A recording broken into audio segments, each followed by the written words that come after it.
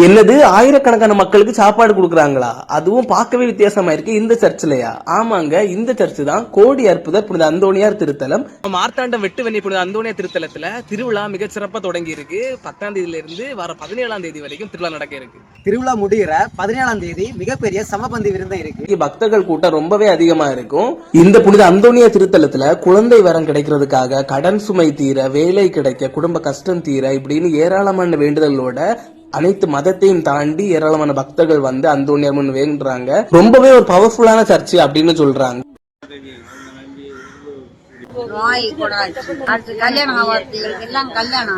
இந்த சர்ச்சில் வந்து நீங்க என்ன வேண்டுதல் வச்சாலும் சீக்கிரமாவே நடக்கும் அப்படின்னு சொல்றாங்க.